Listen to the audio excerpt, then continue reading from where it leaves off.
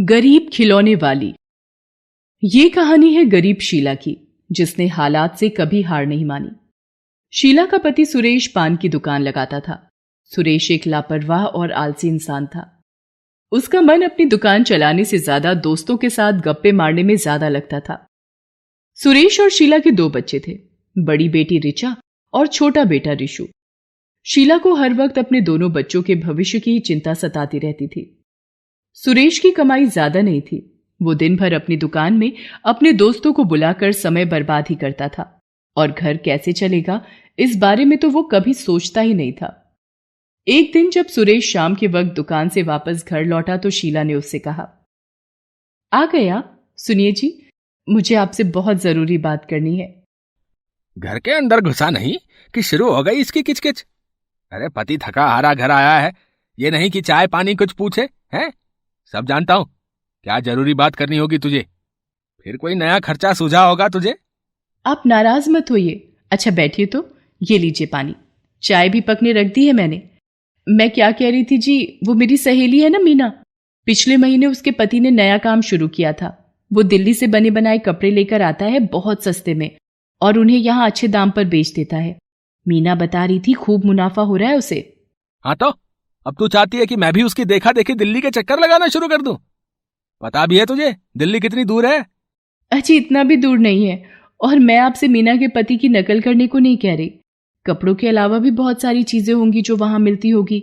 मीना बता रही थी कि वहां बच्चों के खिलौने बड़े सस्ते मिलते हैं, तो क्यों ना हम भी। चुप कर, बहुत दिमाग खा लिया तूने हैं? खिलौने खरीदने के लिए पैसे कहां से आएंगे? मेरे पास फूटी कौड़ी नहीं है। कहां से होंगे पैसे? सारा दिन तो आपके दोस्त ही बैठे रहते हैं आपकी दुकान पर और मुफ्त में पान खाते रहते हैं। देखिए 6 महीने हो गए बच्चों के स्कूल की फीस जमा नहीं हुई है। अब ऐसे काम नहीं चलने वाला, हमें कुछ तो सोचना ही होगा जी। शीला की बात सुनकर सुरेश गुस्से से लाल हो जाता है।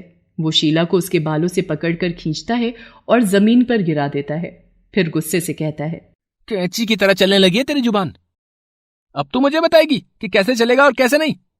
औकात में रहकर बात किया कर मुझसे, वरना जुबान काटकर तेरे हाथ में रख दूंगा मैं। हाँ। सुरेश गुस्से में घर से बाहर चला जाता है। शीला जब भी सुरेश से आमदनी बढ़ाने के बारे में बात करती, सुरेश का रवैया ऐसा ही होता था। घर के हालात दिन ब दिन और खराब होते जा रहे थे। एक दिन ऋचा और ऋषु स्कूल से जल्दी वापस आ गए तो शीला ने उनसे पूछा, अरे ऋचा ऋषु, तुम लोग अभी तो स्कूल गए थे, इतनी जल्दी कैसे आ गए? आज छुट्टी थी क्या? नहीं माँ, छुट्टी नहीं है आज। हमें स्कूल के अंदर ही नहीं जाने दिया। मैडम ने कहा पहले स्कूल की फीस जमा करो तभी स्कूल के अंदर आने देंगे। माँ, सारे बच्चे हंस रहे थे हम पर। आपने फीस क्यों नहीं जमा की? बताओ ना माँ। ऋषु के सवाल का शीला के पास कोई जवाब नहीं था। वो कई बार सुरेश से स्कूल की फीस जमा करने को कह चुकी थी, लेकिन सुरेश कभी ध्यान ही नहीं देता था। शीला ने किसी तरह दोनों बच्चों को समझाया और शाम के वक्त एक बार फिर सुरेश से बात करने गई। सुनिए जी, आज बच्चों को स्कूल के गेट से ही वापस लौटा दिया स्कूल वालों ने। क्यों? हिम्मत कैसे हुई उनकी ऐसा करने की? मैं कल ही जाके उनकी क्लास लेता हूँ। मेरे बच्चों को स्कूल नहीं जाने दिया है? ऐसे कैसे? कल देखता हूँ उन्हें तो मैं। 6 महीने से स्कूल की फीस जमा नहीं हुई है। कई बार स्कूल से फोन आ चुका है। बच्चों की डायरी में भी मैडम रोज फीस भरने का नोटिस लिखकर भेजती हैं।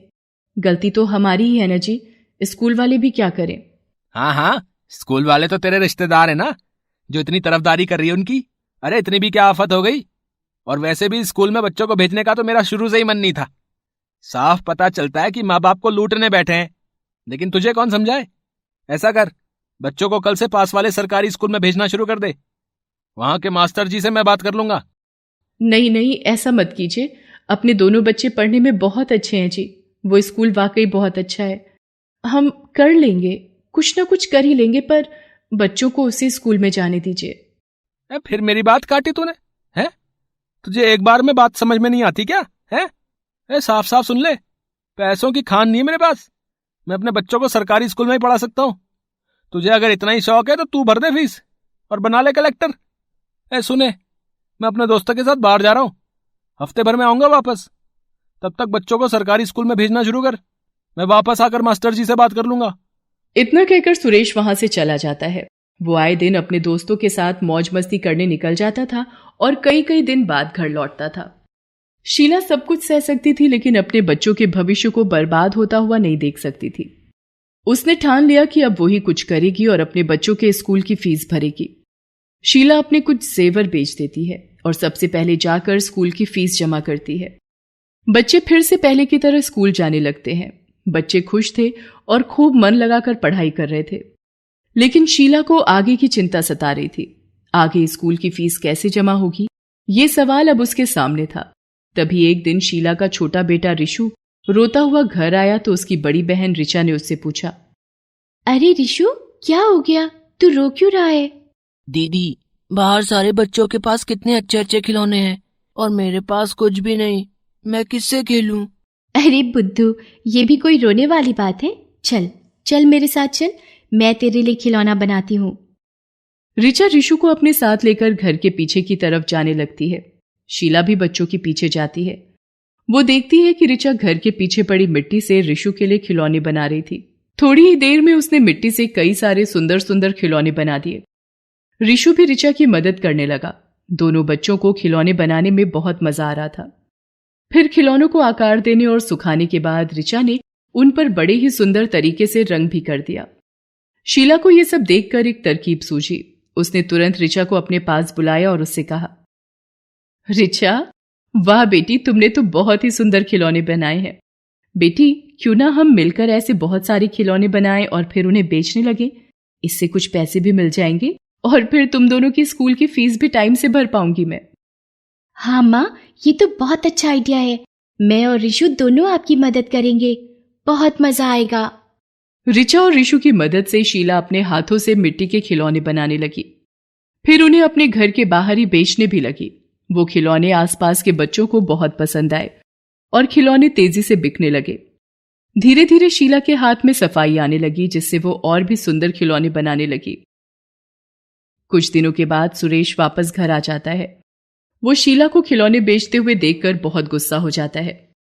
क्या नौटंकी है ये? है क्या कर रही है तू? और ये खिलौने कहाँ से लेकर आई तू? कहाँ से आए तेरे पास पैसे? हैं? जी, ये खिलौने मैंने खरीदे नहीं है, बल्कि मैंने और बच्चों ने मिलकर अपने हाथों से बनाए हैं। आपको पता है, खूब बिक रहे हैं अपने खिलौने। शीला की बात सुनकर सुरेश चौंक जाता है। उसे उम्मीद नहीं थी कि शीला पैसे भी कमा सकती है। वो चुपचाप घर के अंदर चला जाता है। वो पूरे दिन देखता है कि शीला के खिलौने तेजी से बिक रहे थे। ये सब देखकर उसे अपनी गलती का एहसास होने लगता है। शीला को मेहनत करके अच्छा कमाते देख उसमें भी जोश आ जाता है। अब वो दोस्तों के साथ समय बर्बाद करने की बजाय शीला की खिलौने बनाने में मदद करने लगा और अपनी पान की दुकान को भी अच्छे से चलाने लगा। इस तरह मेहनत से शीला और उसके परिवार की सारी मुसीबतें दूर हो जाती हैं और उनकी माली हालत पहले से काफी अच्छी हो जाती है। शीला अपने हाथों से बने खिलौनों के साथ साथ अब दिल्ली जाकर वहां से नए तरह के खिलौने भी लाने लगी और उसने एक बड़ी खिलौनों की दुकान खोल ली। वो खूब मेहनत करती और इससे वो अपने बच्चों के सुनहरे भविष्य को लिखने लगी।